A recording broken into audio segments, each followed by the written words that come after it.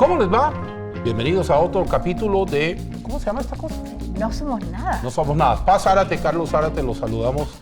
Les agradecemos los comentarios, como siempre, que nos acompañen a este podcast que hacemos, que tiene una versión híbrida, por eso lo estoy mirando a usted, que nos está viendo a través del YouTube de nuestro canal, pero como en una buena conversación, generalmente Paz y yo tenemos la maña de mirarnos a los ojos. Antes de comenzar el programa, nuestro más amplio abrazo, nuestra más sentida solidaridad con nuestros amigos de Viña del Mar, que están enfrentando un momento muy difícil en el momento que estamos haciendo este programa. Le queremos pedir a usted que si puede donar, infórmese dónde, qué es lo que se necesita, pero sobre todo, si va a donar ropa, le pedimos que sea ropa en buen estado, aquella que usted también usaría si es que le llega. Hay que donar con dignidad a personas que, Paz, tú bien lo sabes, lo viste a través de nuestro canal, han perdido absolutamente todo. Sí, bueno, y los incendios es algo que en realidad los gobiernos y los estados tienen que ser capaces de prevenir, no solamente atacar de forma competente, sino también prevenir. Y con el calentamiento global es algo que un fenómeno que todos tenemos que tener muy presente año a año en esta fecha. Alguna vez le vamos a dedicar un programa a aquello del calentamiento global junto a ustedes. Y lo último, si entre medio se le va un juguete en un paquete de regalo, mire, créame que usted puede hacer la diferencia. Dicho eso, hay un segundo compromiso que siempre tenemos y es contarles que las opiniones que se vierten en este programa no necesariamente representan la línea editorial de Canal 13 y que corresponden a quienes las expresan. Dicho eso, ayer Iván Valenzuela me dijo que había una película que se llama Mr. Smith Goes to Hollywood. Mr. Zelensky went to Washington. Indeed. ¿Cómo comenzamos? A ver, yo creo que es importante detenernos sobre la visita de Zelensky y también hacer un poquito un recuento de lo que han sido estos un poquito más de ahora de 300 días de guerra, porque en cierta manera la guerra ha salido de las pautas noticiosas, sabemos que se sigue librando, pero no la conocemos ahora, la mayoría de la opinión pública, con tanta intensidad como la seguimos al principio. Y la visita de Zelensky marca un hito. Todavía no llegamos al año de guerra, pero sí definitivamente puede haber un agotamiento, una saturación del punto de vista de las audiencias en Occidente, y es muy importante que Occidente siga ayudando a Ucrania.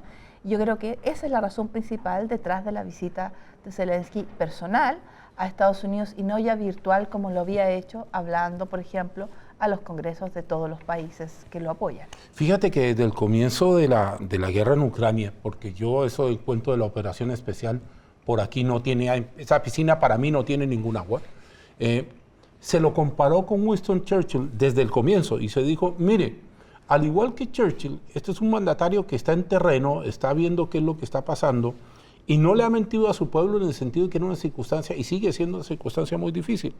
Y a mí que me tocó relatar en vivo la llegada de Zelensky al Congreso, pero sobre todo escuchar después con más calma el discurso, un discurso compacto, 25 minutos en inglés razonable, con uniforme de combate como le correspondía, y donde sale el parangón con Churchill, que él le hace ver, igual que Churchill le hizo ver a los aliados en su minuto, que había un compromiso que iba más allá de las lealtades normales de los países. Es decir, tú con un país en guerra puedes empatizar, está siendo atacado, qué sé yo.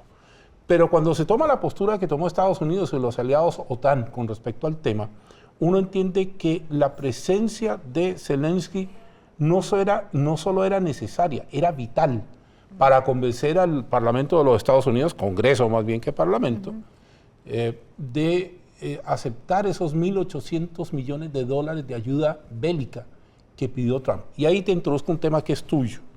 Moscú dijo que iba a encontrar los antídotos contra el armamento. Después agregó, mire, estamos preparados. Y después agregó una cosa que a mí me preocupó mucho. Dijo, ahora podemos ampliar los blancos militares e incluso considerar a Estados Unidos país beligerante. ¿Qué quieres tú con eso? Bueno, hay que pensar lo siguiente. Moscú libra una guerra diferente en el sentido de que el Kremlin y Putin tienen un problema interno. porque la guerra a nivel interno es cada vez menos popular, o quizás nunca fue verdaderamente popular, sobre todo después del reclutamiento forzado que se hizo y que se espera que incluso que venga otro más. Entonces, eso le dio 200.000 soldados nuevos, pero también le granjeó mucha antipatía, sobre todo en las regiones lejanas a Moscú, más bien en la periferia. Entonces, a diferencia de Zelensky, que tiene un gran apoyo popular, Moscú no tiene eso. Y por lo tanto, ellos libran además una guerra interna del punto de vista de la información, pues intentan que la gente no tenga acceso a fuentes extranjeras, y ahí tienen una legislación incluso al respecto. O que incluso crean que Moscú va ganando la guerra alimentados por su propia propaganda. Por supuesto, pero como eso no es sostenible en un largo plazo de tiempo, ni siquiera con las grandes restricciones que han impuesto a las cadenas extranjeras que trabajan en Moscú, entonces la narrativa que ellos llevan, y eso lo sabemos, lo hemos comprobado, no necesariamente tiene una base en la realidad. Es decir, incluso puede ir muy por lejano de la realidad. Ahora, en ese sentido, hay que tener en cuenta que recientemente hubo un encuentro entre Vladimir Putin y la realidad en una reunión con jefes de inteligencia, donde Moscú dijo, específicamente Putin aceptó de que la guerra va para largo y la llamó guerra, no la llamó operación militar. Eso es importante. Y segundo, también dijo que era importante que este grupo de inteligencia se concentrara tanto en las amenazas externas como en las amenazas internas. Sí, pero esa declaración es, bien dicho, es hacia adentro.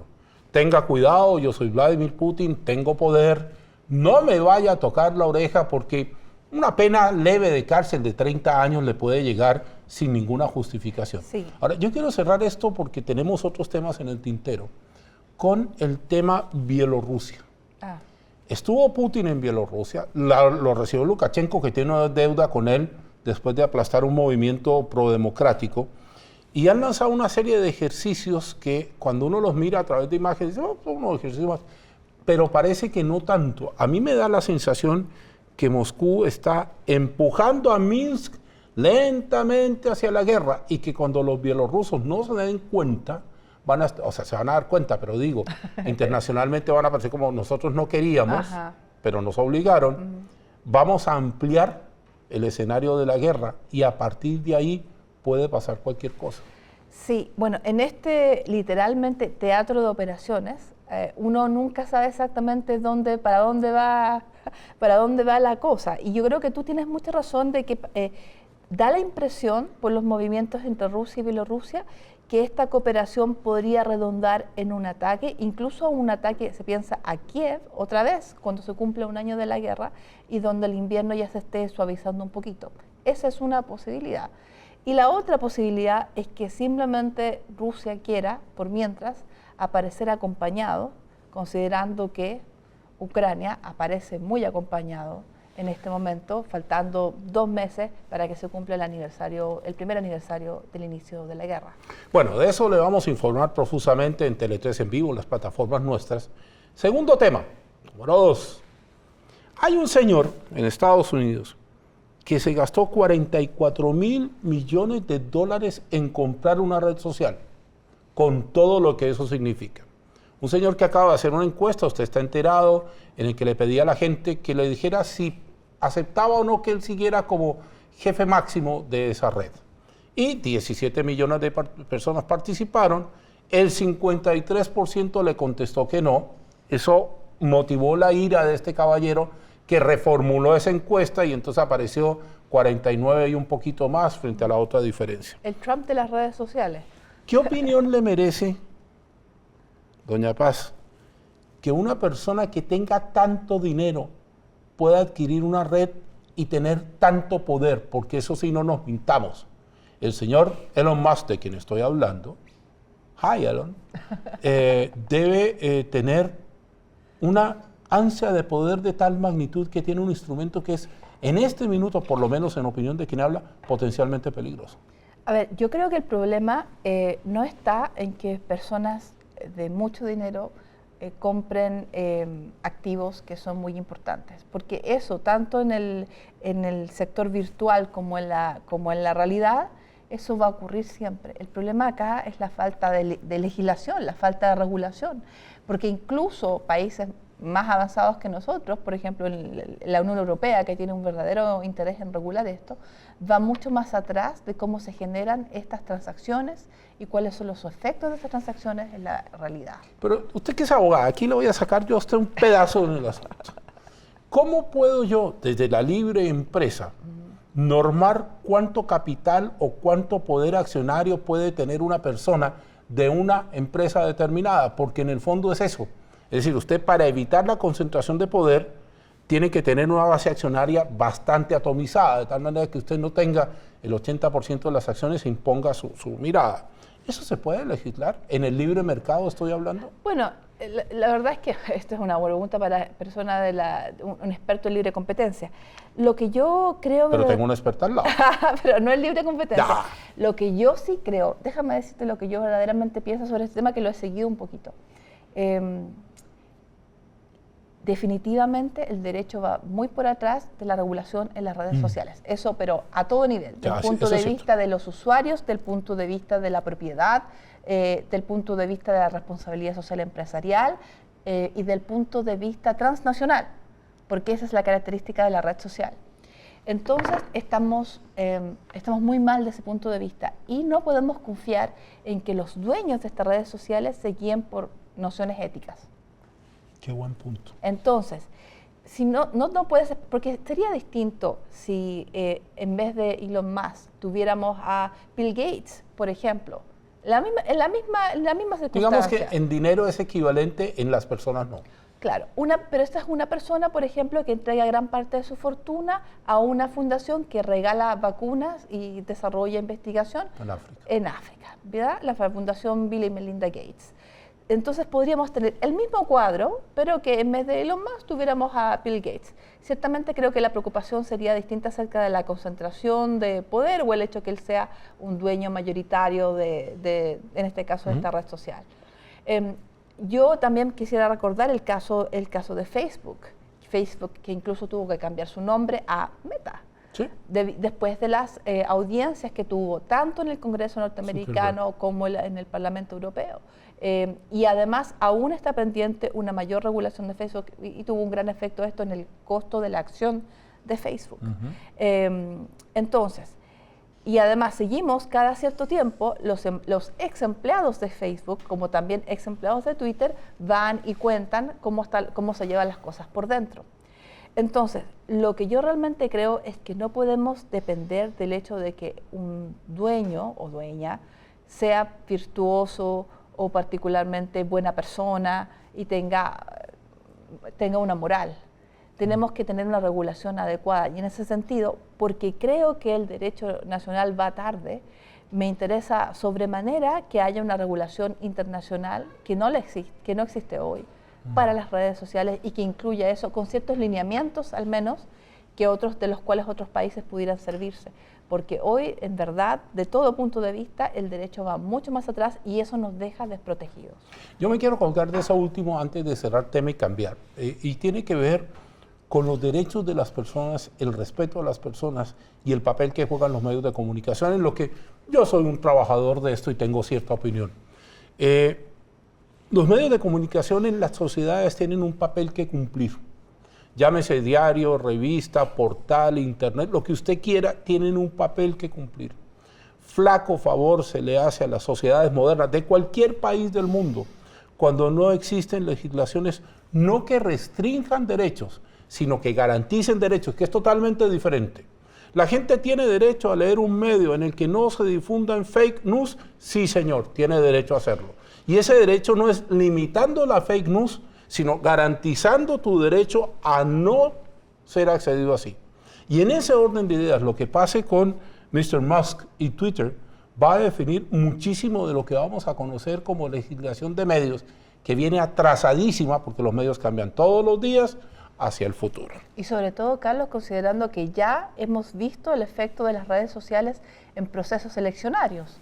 En Inglaterra, Estados Unidos, en Estados Unidos, sí. En Colombia con el Tratado de Paz, sí. Y por qué no decirlo recientemente los sucesos internos nuestros, porque también uno tiene que colocar eso. Mire, el tercer tema habla de un gobierno cuyo fin último es convertirse en la primera potencia del mundo.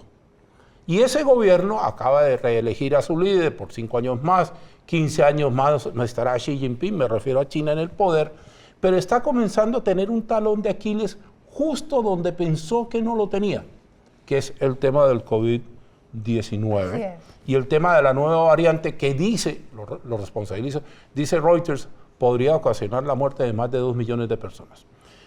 ¿Qué es lo que viene a colación en esta conversa que tenemos con No Somos Nada aquí con Paz Zárate? ¿China está mordiendo más de lo que puede morder o derechamente agachamos la cabeza todos, miramos hacia Beijing y saludamos a Xi Jinping como el gran o el nuevo gran poder del mundo? A ver, este es un temazo, Carlos. Temón. Un tema, exactamente. En diciembre, temón como para la fiesta de Navidad. Es un gran tema. Y qué bueno que lo podemos traer a colación porque si uno lee también cuáles son las opiniones de los epidemiólogos, que ni tú ni yo lo somos, pero hay en todos los países y muy importantes y nos han ayudado a navegar estos 3 años de pandemia, los epidemiólogos dicen que la situación de China hoy con el COVID-19 constituye un riesgo para todo el mundo, cómo ellos van a enfrentar esta ola presente que tienen. ¿Y cómo se gestó esta ola? Esta ola se gestó porque a raíz de las protestas, al ir al 3er año de la política de COVID-0, simplemente fueron tantas las protestas que en un abrir y cerrar de ojos, sin que haya paso a paso, se terminó el COVID-0. Paso a paso, sí, yo lo he escuchado en alguna parte. Se terminó el COVID-0 y pasaron a la política de vivir con COVID, pero sin una progresión. Y eso, yo creo que puede quedar bastante claro, es bastante evidente que eso puede generar un disparo de los contagios. O sea, lo está generando. Exacto, y hoy tenemos, sin tener muy buenos datos oficiales de China, porque eso es así, sí sabemos que los hospitales están colapsados, que están incluso trayendo a médicos jubilados para poder ayudar al sistema, que están poniendo en primera línea a médicos que aún son estudiantes y que en general, y los crematorios también están llenísimos. Entonces, ¿cuál es el punto acá? ¿Cómo China vaya a manejar esta ola va a tener una reverberancia y una consecuencia en el resto del mundo por el lugar que ocupa China en la cadena de suministros para todos? Y China, recordémoslo en nuestro propio caso chileno, es nuestro primer socio comercial. Hay un tema con el comercio internacional. Y ojo, comercio internacional, turismo, van vinculados, van de la mano. Y un rebrote de esta violencia. Esta mañana, a efectos de los incendios, pues no hablamos mucho de temas internacionales, pero una de las noticias que había esta mañana, estamos hablando cuando esto lo estamos haciendo para ustedes, era que Beijing especialmente estaba sintiendo un impacto brutal con respecto al tema de la atención médica y que se criticaba fuertemente a China y a la OMS. A China porque no tenía una política que viniera después del COVID-0. Ellos finalmente lo que pensaron fue, COVID-0, esto se termina, abrimos todo y estamos. Y a la OMS, porque estamos enfrascados en una burocracia de salud internacional que tenemos que esperar a que la OMS diga que esto es una situación preocupante, etcétera, hasta llegar a una especie de nueva declaratoria de pandemia que a China no le va a gustar. Bueno, y hay otro factor ahí, Carlos, porque China tiene unas tasas de vacunación muy bajas. La inmunización de su población es muy baja. Y la razón para eso es geopolítica, porque China decidió no adquirir vacunas occidentales y solamente vacunar a su población, y tiene una muy baja tasa, con vacunas locales que fueron diseñadas para la variante, para la cepa original y no para las variantes que han habido después. Mire qué curioso. Yo las 2 primeras dosis que tengo de vacuna, porque entre otras cosas, no lo quiero molestar y lo miro a cámara, pero si usted no se ha vacunado, está en deuda con nosotros y está en deuda con todos. Las 2 primeras dosis eran vacunas chinas. Sí, que era lo que había. Era lo que Sinovac, había. Me acuerdo, y había otra que era CanSino, creo que era eso. Sí. Ahora, el tema de fondo aquí es que es increíble pensar que un país que tiene más de 800 millones de habitantes, sus líderes no hayan pensado en asegurar una producción de vacuna, pero sí aseguraron el negocio hacia afuera. Y eso también te habla un poco de la forma en cómo China mueve algunos de sus temas. Entre medio, porque le voy a sacar el jugo hoy, la Armada China y la Armada Rusa, saliendo totalmente de esto, están haciendo ejercicios conjuntos, algo que hace 10 años nadie en Occidente hubiese podido prever, ni siquiera los británicos, que tienen un muy buen servicio de inteligencia, y que estos ejercicios comienzan a preocupar. ¿Por qué? Porque los chinos no son tontos, nunca han sido. Usted revisa la historia y no ha sido. Entonces los chinos dicen, usted venga, ejercítese conmigo, yo tengo comercio con Occidente, yo estoy aquí y desde aquí yo digo qué hacer. Ellos juegan un juego en paralelo que es interesante de observar. Por un lado, estos ejercicios que tú mencionas, y por otro, China llama a la moderación cuando se habla de un posible cese al fuego entre Ucrania y Rusia. Entonces, China también es quien provee ahora las tarjetas de crédito para Rusia, ahora que las tarjetas de crédito occidentales no funcionan en Rusia. Entonces, China tiene la suficiente fuerza y poder para poder jugar este ajedrez moviendo varias piezas al mismo tiempo, cosa que muy pocos pueden hacer. A río revuelto. Ganancia de pescadores. Bien, vamos al último tema de este, no somos nada pre-navideño, de eso vamos a hablar al final. Sigo preocupado por Perú, pero esta vez en tono menor. La violencia parece haber cesado. La familia del expresidente Castillo está en México, al embajador de México lo echaron. Y entonces, ¿dónde quiero hablar? Lo expulsaron. Lo echaron. Mira, lo declararon persona no grata, que claro, en jerga diplomática, cuando yo me molesto con usted, lo declaro. Pero está bien. Pases académica y yo, bueno, yo soy. Ok, dicho eso. Viene para Perú un periodo incierto. El mismo Congreso que había rechazado el adelanto de elecciones, forzado por la violencia, lo tuvo que aceptar. Pero hay un gallito que lo quiero compartir contigo. La reforma política. Porque van a votar el adelanto de elecciones aparejado de una reforma política. ¿Y esa reforma a quién sirve? Porque en este minuto en Perú, especialmente para nuestros amigos peruanos que nos escriben siempre, yo veo muy poca agua en la piscina de la reforma y va a salir una reforma, si es que sale, muy precipitada y muy presionada más por la forma de lo que está pasando que por el fondo de lo que se necesita. Tienes mucha razón, Carlos. Es muy preocupante. Quizá por la Navidad y el Año Nuevo, por las fiestas, haya una baja de la violencia temporal. Yo personalmente creo que la violencia regresará, porque los gatillantes de esa violencia, y entre esos la inseguridad alimentaria que hemos mencionado, siguen en la base. Entonces, a mí me parece que este cese de la violencia, que por supuesto es positivo, no durará demasiado. Y lo otro, respecto a la reforma política, yo pienso igual que tú que esto puede ser apresurado y quizá no debidamente consultado, y del punto de vista internacional quizá sería bueno tener alguna especie de acompañamiento en el proceso, porque la verdad es demasiado lo que está en riesgo. Levanto la mano, su señoría. Sí. El acompañamiento en general se da con gobiernos que están establecidos, que tienen una base política. Se dio en Colombia para la Constitución casi que dictada por Pablo Escobar, con toda la vergüenza que eso le puede dar a uno. Pero, ¿cómo puede un organismo internacional ofrecerle acompañamiento a Dina Boluarte, que está luchando por permanecer, porque ni siquiera lo tiene claro? Y ahí, sí, pero, antes de ir contigo, ahí es donde los organismos regionales nuestros están al debe. Absolutamente. Porque son organismos de reacción, no de acción. Nuestros organismos regionales, bueno, ahí entramos al tema de la integración regional, están todos al debe, hace mucho tiempo. Y la verdad no funciona, incluso para cosas tan esenciales, por ejemplo, como la compra de los fertilizantes, algo tan evidente para la región. A nadie se le ocurrió. Y no, sí, a todo esto a los peruanos se les ocurrió, pero no pasó más allá. Levantaron la bandera en la OEA, aún en el gobierno de Pedro Castillo. Pero mira el contraste con África, que logró unirse para hacer esa compra y nosotros no, como región. Entonces cada uno se raja con sus propias uñas.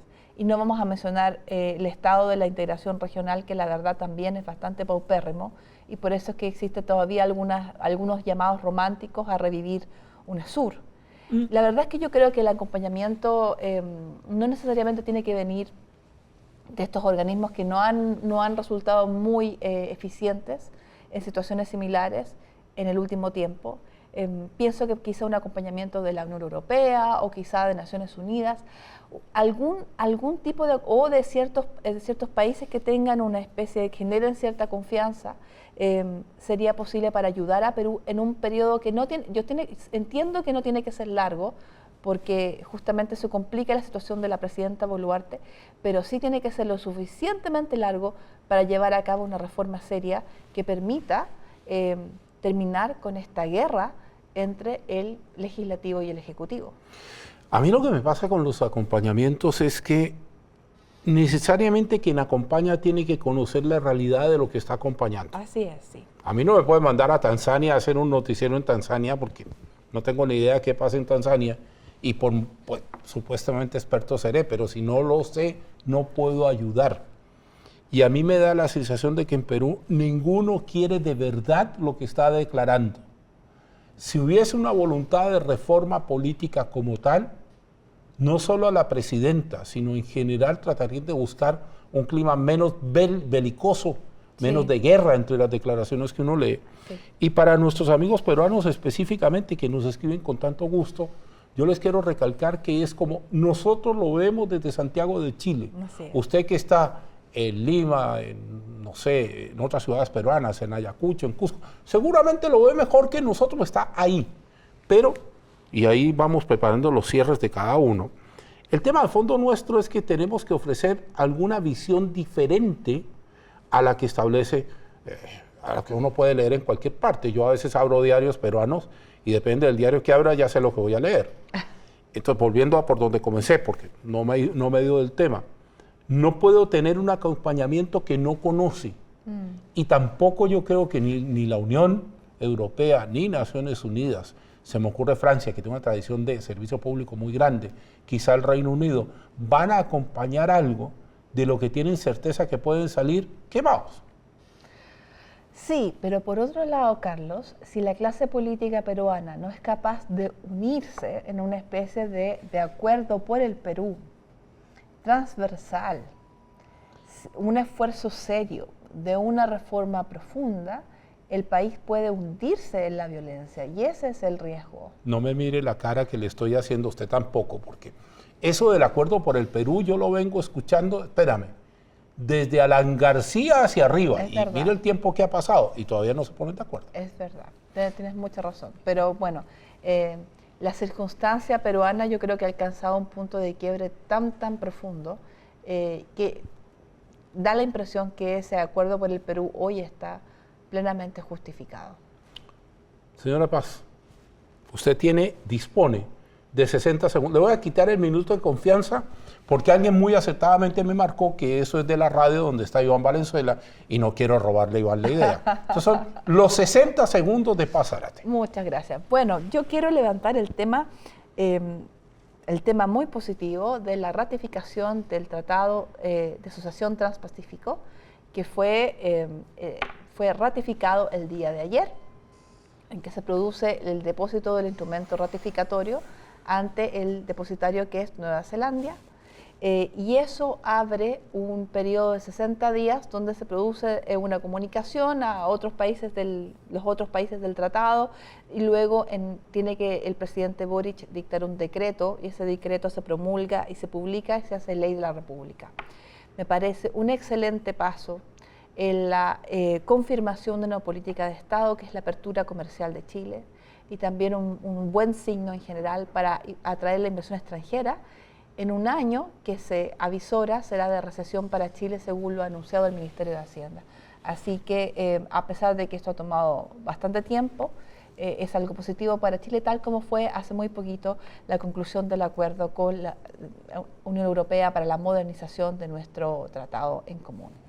60 segundos justos. Comienzan los míos. A riesgo de que usted me considere frívolo, a riesgo de que usted considere que no vale la pena, yo me quiero detener en desearle una feliz Navidad.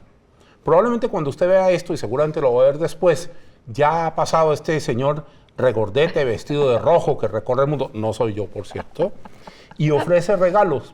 Y entonces a mí se me ocurrió hacerle un regalo simbólico a ustedes, que tiene que ver con que sea una fecha de unidad, una fecha de reflexión, una fecha de acompañamiento, una fecha que en lo personal toque las fibras más bonitas que ustedes tienen y que junto a su familia, sus hijos, sus abuelos, sus padres, sus hermanos, sus novios y novias, sean capaces de vivir y sentir una fiesta que es tan humana.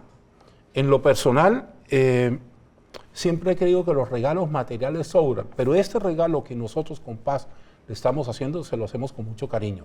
Que usted sea feliz, porque eso sí que nos importa. Por eso estoy mirando a la cámara de YouTube. Nos importa que usted sea feliz. Y si podemos hacer algo para que usted sea feliz desde estas trincheras de opinión, porque aquí pensamos diferente los dos, felices somos nosotros. A nombre de todo nuestro equipo, le deseamos esa feliz Navidad.